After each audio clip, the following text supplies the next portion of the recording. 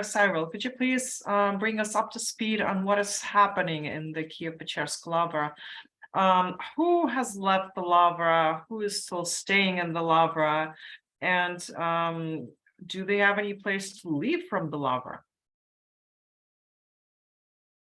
Right. Well, there are many tracks of what is happening in the Lavra. There are three major entities on the territory of the monastery. One is the monastery per se, with, well, before the events, there were over 200 monks who constituted this entity, the monastic community of the Lavra. Then over 200 students of the Kyiv Theological Seminary and Academy, which is the main theological institution, educational institution of the Ukrainian Orthodox Church. And that entity included the apparatus, so the administrative apparatus, the students per se, and the library. So yes, all of them had to be managed somehow. Then the third entity is the administrative apparatus of the church, of the Ukrainian church, which is also hosted on the territory of the Lavra. As far as I know, most parts of all three units have left. It seems that the first one, among the first who have left, was the primate of the church, Metropolitan Onufriy. He left, well, unlike, in the case of good captains who leave their vessels last, he left among the first, the Lavra, which is, well, I can't explain why this is happening like this. Regarding the monks, some of them have left the monastery already. Some of them have stayed. Some of them decided to stay whatever it takes. As you know, formally speaking, there are two communities now on the Lavra's territory. One is the community that existed of the Ukrainian Orthodox Church, and then a newly established community. However, it consists so far of one monk, as far as I know.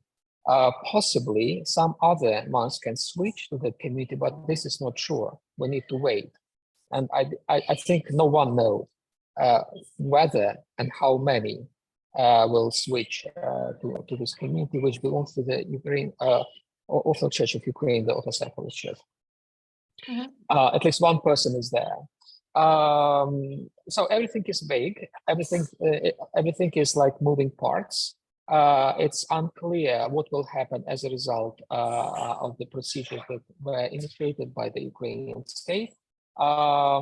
There seems to be a lot of turmoil, a lot of unsettling, and a lot of course, a lot of unrest, both within Lavra and probably even more so outside Lavra, because many people who identify themselves as the members of the Ukrainian Orthodox Church and who live in different areas of Ukraine, they have been agitated. They have been really stirred and disturbed by the events, and they well, they have commissioned themselves, or they, to help somehow, either actively or passively, either being present physically in Kyiv or from distance. So it's really, yeah, it's almost like an ideal storm, I would say, and it's evolving, and we don't know what will be the result of it. Well, formally, the decision justified its the government justified its decision to terminate the lease by violations that were Ukrainian Orthodox Church of Moscow Patriarch had committed while living in these premises by building some new buildings that were not consistent with the historical style, et cetera, et cetera, et cetera. But it seems to me that these formal justifications, they're simply a pretext, and the problem Exactly. is something else. So how do you view this decision to terminate the lease? Are the actual reasons that the Ukrainian state is asking the Ukrainian Orthodox Church of the Moscow Patriarchate to leave? What's the real problem? Yeah, I can absolutely agree with you that the violation of the status of the Lavra as a monument, as a UNESCO site, by the communities that state on its territory, it's rather a pretext. It's not a reason, it's a pretext. And the reasons like elsewhere, the main reason is apparently the inability of the Ukrainian Orthodox Church, the leadership of the Ukrainian Orthodox Church, primarily to tackle the issue that has been indicated repeatedly by the Ukrainian government and the Ukrainian society, the issue of the active or passive collaboration of the church with the intruder, with the Russian aggressor in different ways. And indeed, we saw the pictures and footages when the bishops of the church participated in the annexation ceremonies in the Kremlin, when they participated in different events organized by the Kremlin to demonstrate that the occupation is legal, and they added to legalizing this occupation. And of course, the leadership of the Ukrainian Orthodox Church was completely unable to address this issue. Well, the way they addressed it was really, I think, intimidating, not for those who trespassed, but to the Ukrainian society. Even though it had to be the other way around. This inability certainly triggered, I think, the reaction of the Ukrainian state, which before that preserved some kind of neutrality to the religious issues. And of course, I think these steps, or a more active, proactive policy of the Ukrainian state to the Ukrainian church was overdue. It is something needed. However, I think the strategy and the tactics that were chosen were not optimal, to say the least. I think the Ukrainian state chose a shortcut to solve this problem by eliminating the entire structure, or by getting rid of the entire structure instead of tackling a particular individual cases. I think in a legal state, the state of law, with the prevalence of law, individual perpetrators should be prosecuted and punished, not structures, not groups. And I think in this case, the state decided to, to solve the problem of the Ukrainian church, so to say, once and forever by a simple movement, just by evicting, all the structures of the church from the Lavra. I believe, well, that was the easiest way. It seemed to be the easiest way. As I said, a shortcut to solving the problem, but it appears to be probably the most difficult in terms of outcomes, in terms of the results. For the common good of the Ukrainian society and for the standing of Ukraine in the international arena. I think the criticism is growing, probably for the first time, I would say, on the international level, and it comes not just from religious leaders like Pope Francis. People are now not necessarily taking the Pope's kind of critique for its face value, but it comes also from international, sometimes secular bodies and institutions, and I think it is a warning signal for the Ukrainian state, for the Ukrainian society. We need to preserve the unanimous support from the international community, and I think we cannot afford. It's too pricey for us to afford to challenge this support by unwise steps and choosing shortcuts instead of long but lawful way. Mm-hmm. I'm going to be the devil's advocate here and address the topic of collaboration. So basically, we have the Ukrainian Orthodox Church that in occupied territories occupied by Russia, basically started collaborating and going along with the new Russian puppet leaders that are imposed in those regions. Is this any different than what the church historically did in other conditions of occupation, such as under Nazi Germany? I mean, the church basically put up with all of these new occupiers, and it did not put up a fight. It did not lead any rebellions against them. And the Ukrainian Orthodox Church and the Moscow Patriarchate and the occupied regions is basically doing this, what the church is used to doing under occupation. Do I understand? You're right. You're right. Yeah, you do. You do. And it has to do with the long tradition, centuries-long tradition of the Eastern Christianity of collaborating with the state. The famous or infamous symphony between the church and the state that goes back to the 4th century, the era of Constantine the Great, when the church was legalized by the state and was embraced by the state and eventually became one single part. Mechanism with the state. It continues even after the state disestablished the churches. It is the case in Ukraine, where the church is separated from the state according to the constitution, which signifies the formal status of disestablishmentness of the church in Ukraine. Still, the mentality within the church is the same. We cooperate with whoever is in charge, with the present ruler, and I'm sure that this was one of the driving forces for those collaborants of the occupied territories, in addition to a sincere sympathy with the Russian cause, with the cause of the war, which is also, I think, is a feature for many, both on the occupied and on unoccupied free territories of Ukraine. Of course, as I said, there are such cases, and we know, well, we don't know all the cases. We know some of them, and they're appalling already. There are more cases that we just don't know, and they happen. And this is really this tempts, I think, the Ukrainian society and the Ukrainian state to solve the problem of the collaboration within the Ukrainian church just by, annihilating the structure. I don't think that this will solve the problem, because this will not annihilate the people, the real actual collaborants. Imagine that the Ukrainian Orthodox Church is abolished, which is legally impossible because the Ukrainian Orthodox Church doesn't have a legal personality, as we know. The people will stay. Well, they will be unable, maybe hypothetically speaking, going to this church, but they will do their work of correcting the Russian artillery, giving up sensitive information to the occupants and so forth. So the abolition of the church will not solve the problem of collaboration.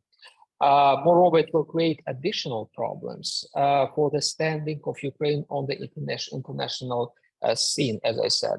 What will solve the problem of collaboration is to try individually every single suspect on the basis of evidence, on the firm basis of legal proceedings according to the Ukrainian law, by the Ukrainian court in the name of Ukrainian people. And those trials need to be fair, need to be objective, and need to be carried out with transparency and publicity, proper publicity. Then, when justice is served to the perpetrators who have been proven to be perpetrators, then I think that will be the solution of the problem of collaborants, not abolishing a structure. This is the reverse side of the same mistake that happened in the previous periods of the Ukrainian history. Like, for example, after 2014, when the Ukrainian Orthodox Church was complicit in collaborating with Yanukovych's regime, and the same notorious Metropolitan Pavlo, who is like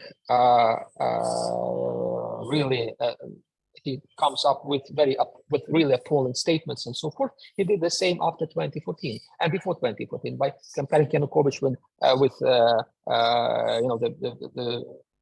the pious Joseph, who carry the body of Christ and so forth with the disciples of Christ, and that was really outrageous what he said. And yet everyone was forgiven after 2014 because exactly they belong to a structure. So the state treated everyone, including Metropolitan Pavlo, including those who openly collaborated with the regime of Yanukovych, supported the shootings in the Maidan, for example. They were forgiven because they belonged to the structure. So the structure somehow protected them, individual cases. Nowadays, the structure draws down everyone who belongs to it. Just by the fact that someone belongs to the Ukrainian Orthodox Church, which is called Moscow Patriarchate, and believe it is so, but legally it is just the Ukrainian Orthodox Church. Just by the fact of belonging to the church, everyone is suspected of collaborating, and that's why in bulk they are called the FSB members, agents in the Cossacks. This is the reverse side of treating people by their belonging to a structure, and this is wrong. I believe this cannot happen in a democratic state. People can be treated just for what they've done, not for where they belong to. Well, the Ukrainian Orthodox Church of the Moscow Patriarchate is talking about persecution from the side of the state. Do you agree with this assessment? Of course not. Well, probably they don't know, or they pretend they don't know what the real persecutions were, even in the Soviet time, when just because people believed in God, they were persecuted. No one persecutes people because they believe in God, or they are Orthodox, or whatever. What the state, I believe, tries to do, not always successfully, one should admit, but they try, is to put everyone equal, to be equal in front of the Ukrainian law. This may feel like persecution because before that, many people in the Ukrainian Orthodox Church felt that they are above the law, and they had this feeling of being irreproachable, for what they do. Metropolitan Pavlo acts in the same modality of being irreproachable. And now the state tries to put him together with others in front of the law.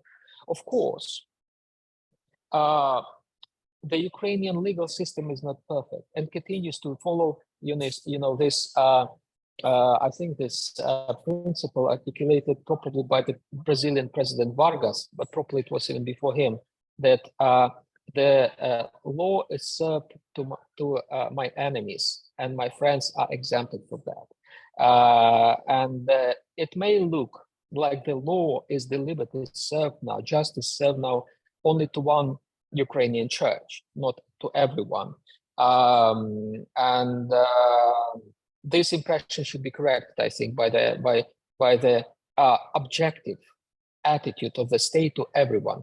I think the basic principles of treating the Ukrainian Orthodox community should be legal. The first one is the principle of presumption of innocence. People should not prove that they are innocent, as some have to do. I think this is wrong, to make people, to make people prove that they're innocent. They are innocent by definition. They need to be proven that they are to be blamed for anything by court, by legal procedures. And the second one is whatever religion they belong to, whatever identity they have in the terms of the church, whether they identify themselves as the believers of the Autocephalous Church or the Ukrainian Orthodox Church of the Moscow Patriarchate, they primarily are Ukrainian citizens. They are the same people who fight against the aggressor. If Ukraine falls, they will fall with Ukraine. If Ukraine survives, they will survive with Ukraine. And they are connected, they are citizens, and they should be treated as the Ukrainian citizens, regardless of what they believe and what they belong to. I think those two principles need to be observed in the first place before any policy is developed regarding the Ukrainian churches. Well, we can say that basically the Ukrainian Orthodox Church of the Moscow Patriarchate was tolerated by the state until quite recently. Just this fall, a series of raids were carried out on monasteries of the Ukrainian Orthodox Church. And basically, we have seen like a shift in policy of the state towards dealing with the church. Can we talk a little bit about why it's a problem in the first place and why this turn happened? Well, that's exactly why it sounds like a problem. That it seems that the activities of the state regarding communities, they are conditioned by the fact that those communities which are searched belong to a particular ecclesial structure, not because what they do, not because they are suspected to do, individually, but because they belong to the structure. So the entire structure is victimized and stigmatized. And this is the problem, I believe.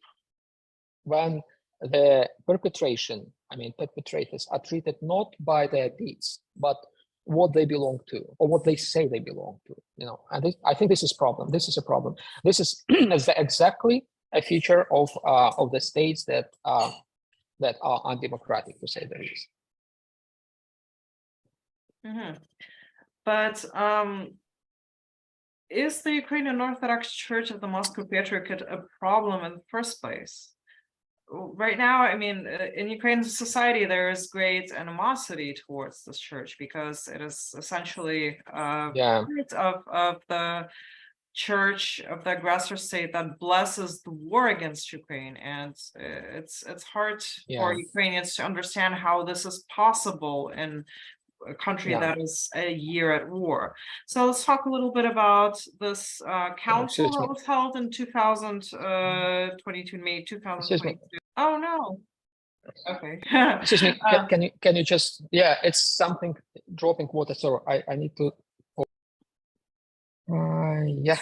So May 2022. Maybe could you repeat the question, please? Yes. In May 2022, Ukrainian Orthodox Church of the Moscow Patriarchate held a council where they condemned the war against Ukraine and proclaimed their independence from Russian Orthodox Church. At the same time, a commission found that Ukrainian Orthodox Church is still a part of the Russian Orthodox Church. So can you talk about what the canonical status of Ukrainian Orthodox Church of the Moscow Patriarchate is, and why it's not in a hurry to break ties, and how we should view this at all? Right. Yes, I believe that there was a sincere try by the leadership of the Ukrainian Church to distance itself from Moscow. It was not just a pretension, to distance themselves. They really meant it. They really wanted it, I believe. However, they were incomplete. They were not consistent in what they tried. They made, I would say, 2 steps forward and 1 step back. So they eliminated all the references to the Moscow Patriarchate statutes in their bylaws. At the same time, they introduced new ones, new references. They effectively eliminated all the explicit references and introduced some implicit references to their bylaws. And in this way, they effectively created a situation when they can claim for the Ukrainian society that they are not anymore part of the Moscow Patriarchate. And in some cases, when it fits them, they could claim that, well, they are still somehow a part of it. That's why Moscow did not reproach, did not retaliate the Ukrainian Church for what they did.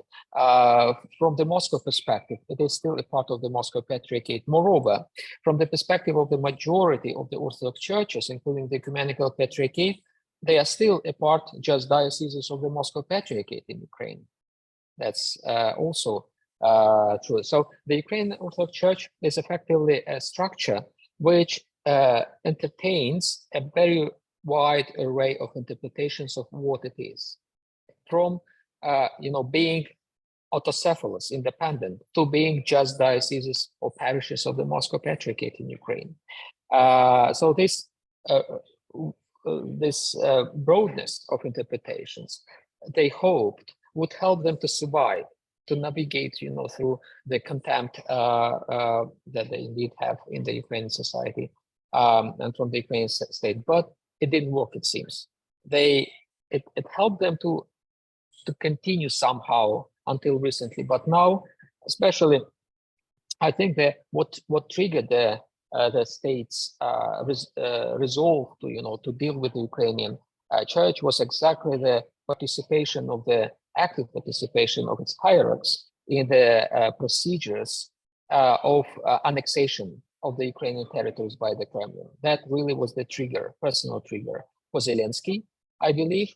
I think he received some promises from Metropolitan Onufri that the latter would deal somehow with this situation, but Onufri did not deliver on his promises, and this became really the real reason why this reproach from the Ukrainian state happened, and this happened already after May 2022. So the expertise which was made by following the decision of the Ukrainian government that established that this church really still has ties with the Moscow Patriarchate, I believe the conclusion of the expertise is correct. It is a basis now, effectively, for new actions, for new policies by the Ukrainian state regarding this church. Why can't the Ukrainian Orthodox Church of the Moscow Patriarchate just break ties with Russia? Why can't it just do the jump? That's a good question. You see, this church has developed a deep dependence on one personality. Its primate, Metropolitan Onufri. He's a very charismatic figure. He is an unpredictable figure, even for himself. If you ask him what he would do himself, in a week or so, he would not say what exactly. Could you just 5 seconds back repeat what you said was a problem with the connection? Yeah. I mean, it is recording anyway, so it's going to be on the cloud. So what I wanted to say is that this church has developed a profound dependence on one single person, its primate. Metropolitan Onufri has become not just a primate of the church, but its very identity for many. For many, he is almost like Jesus Christ, the head of this church. And by betraying the church, they mean betraying Metropolitan Onufri and vice versa. And Metropolitan Onufri himself, he's really a special charismatic figure. He's a charismatic figure. Some people believe he is holy.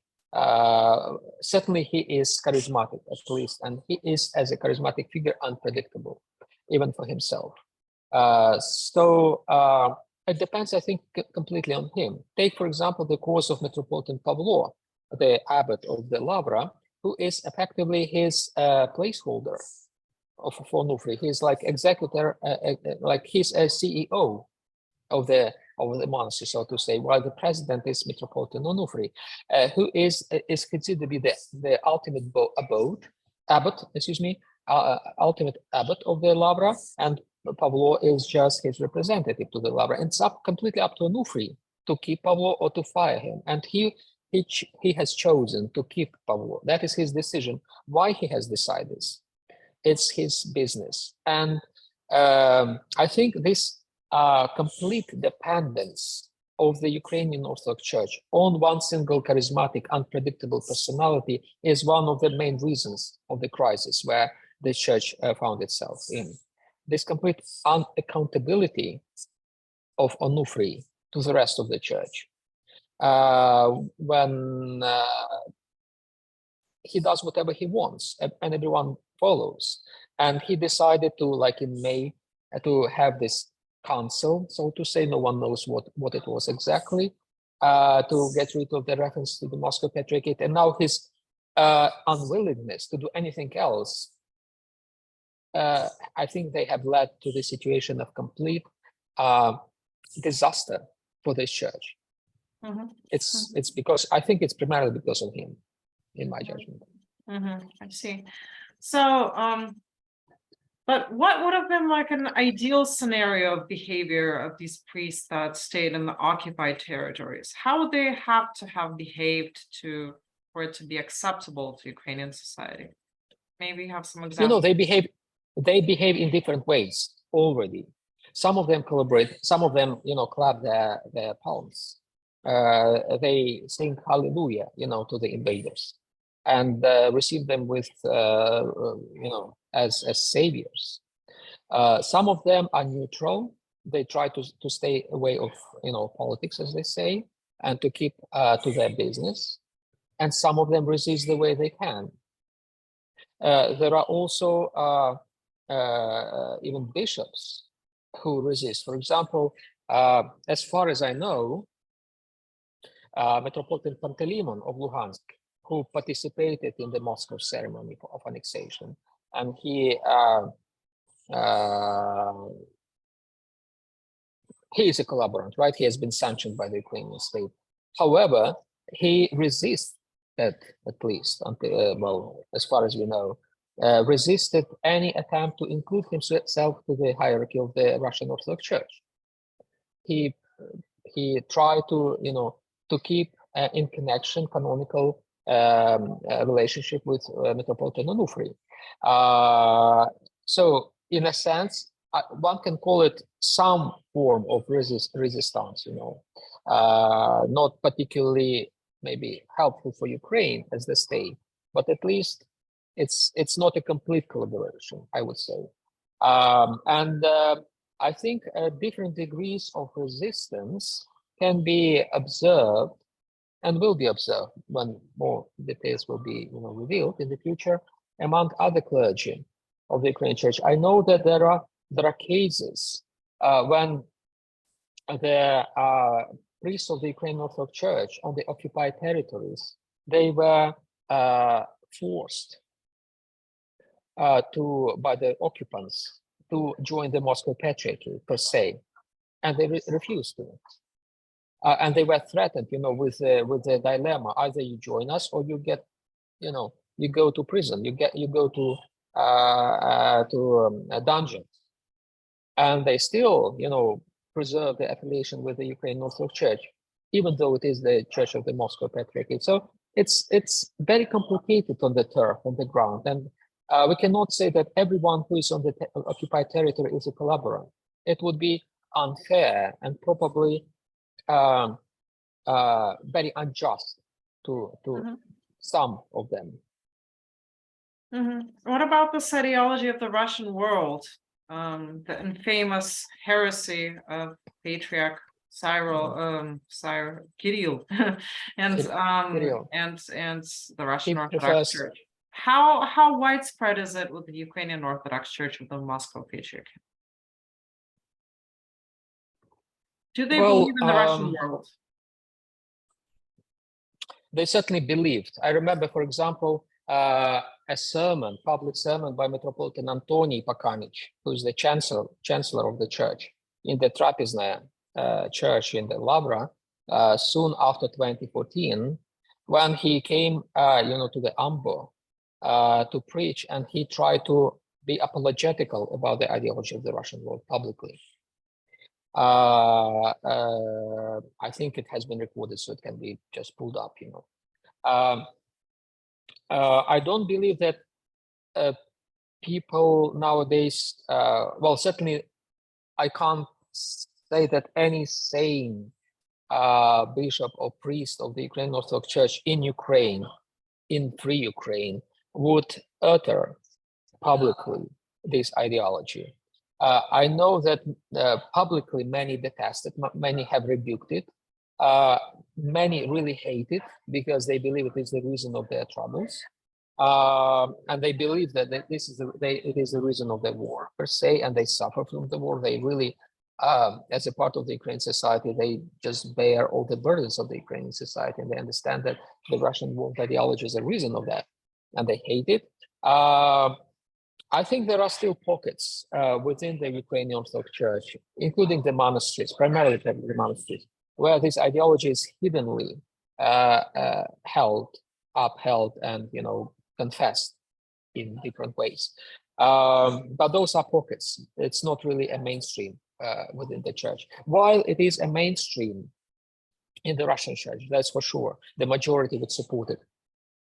Of course, there is a debate whether the Russian world is like a consistent ideology. It's like a whole thing, similar to like Nazi or fascist ideology. It's a debatable question.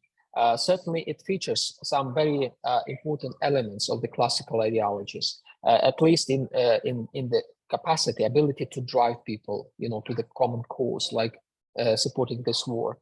Therefore, well, my summary would be in answering your question would be that the Russian world ideology, whatever it is, and however it is articulated, is the mainstream in the Russian church. That's for sure in Russia, but it's certainly a very marginal phenomenon in the Ukrainian Orthodox Church of the Moscow Patriarchate nowadays, at least on the free territories. Right. Well, I mean, these pockets in the monasteries, that would basically substantiate this SBU raid on the monasteries that was carried out. So that's for sure. I think there were some good reasons to make those raids. yeah. However, so maybe it wasn't that discriminatory, huh? Maybe they did have reasons to go to those specific monasteries. What do you think? Well, first of all, legally speaking, the SBU had all rights to do that. It's legal, I think, to do it as a preventive measure. And I think it's not against the Ukrainian law. It may sound discriminatory, in the sense that whether it was really important in some cases to do that.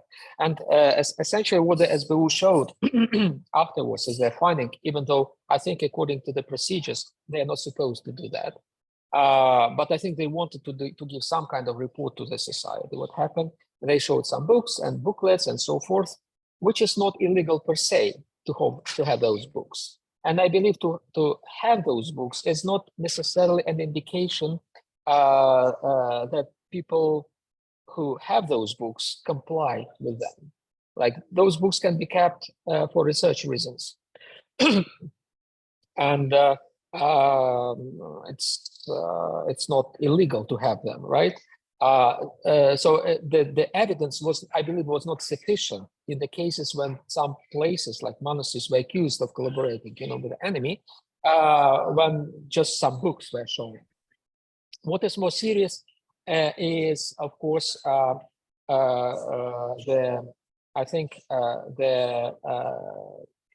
passports, what kind of citizenships the church hierarchs and priests had.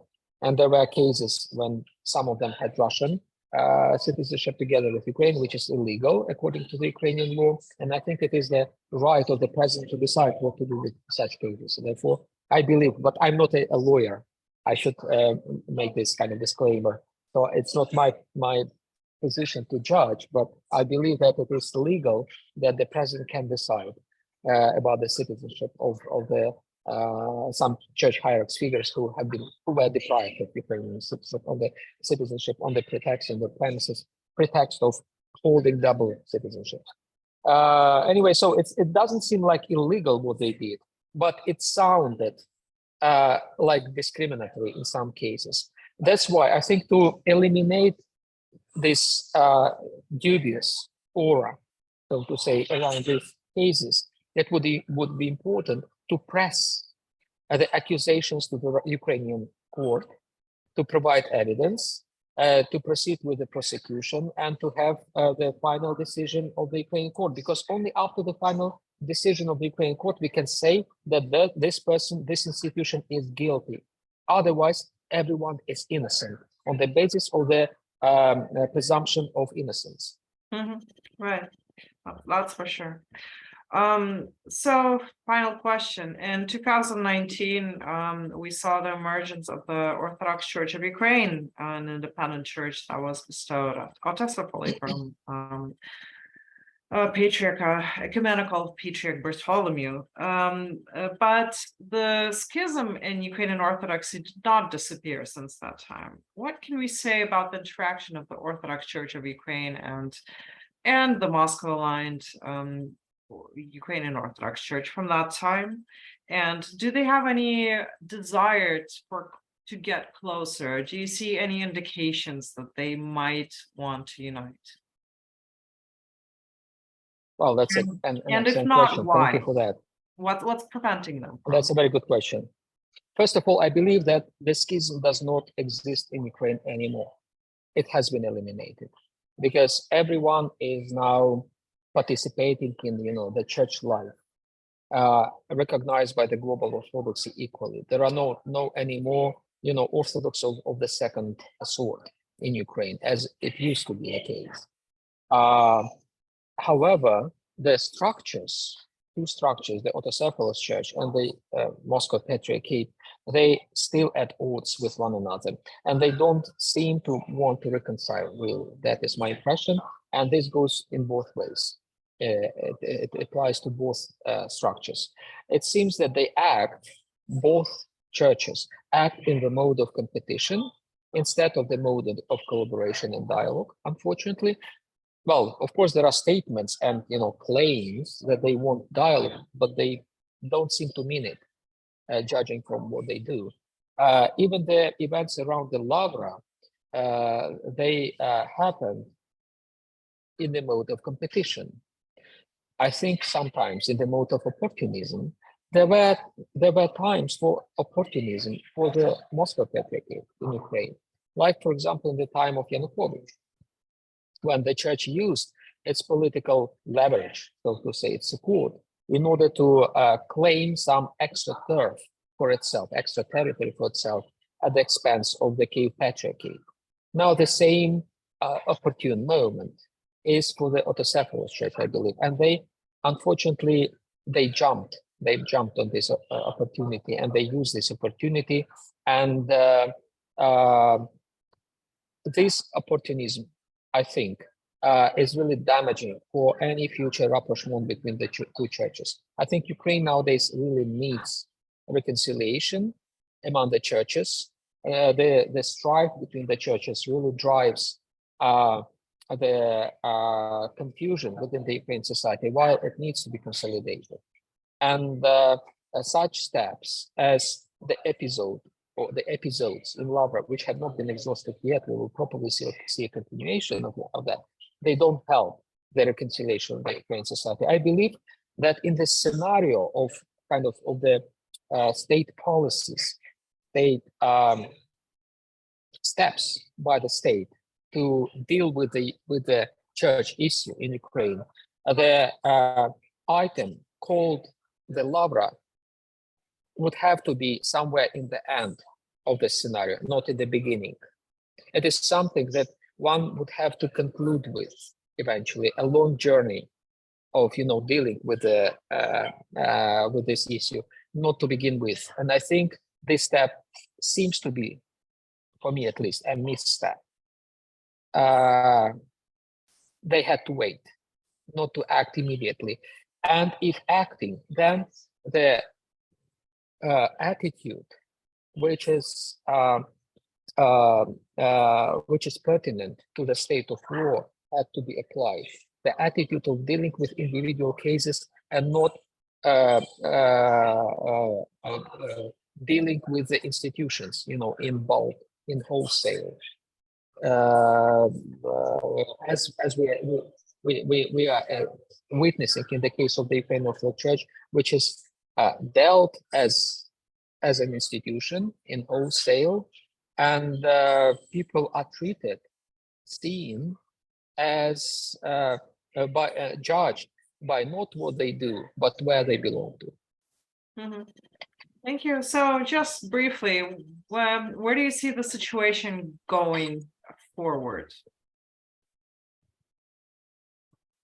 Well, difficult to predict, honestly, because now I think we have reached a point of unpredictability somehow, unfortunately. The confusion and destabilization that is emerging makes things difficult to predict, honestly. That's why I didn't want this to happen in the first place. I believe exactly that it is premature to deal with the issue of Lavra. Mm-hmm. we will see what will be the next step. Well, we will see first of all how big will be the new community under the Autocephalous Church. So far, it's only one person. We will see how many people will decide to join it. So it will indicate to us how sustainable, how real this community will be, and not just a virtual community as it is now. Then we will see what will be the follow-up in the terms of regarding other monasteries, primarily the Počaev Lavra in the west of Ukraine, whether the same policies will be applied there, which is the hope at least of the Autocephalous Church. And we will see what will be the reactions of the people in Ukraine, and what will be the reactions of the international community. I don't see as bright as neither of them, honestly.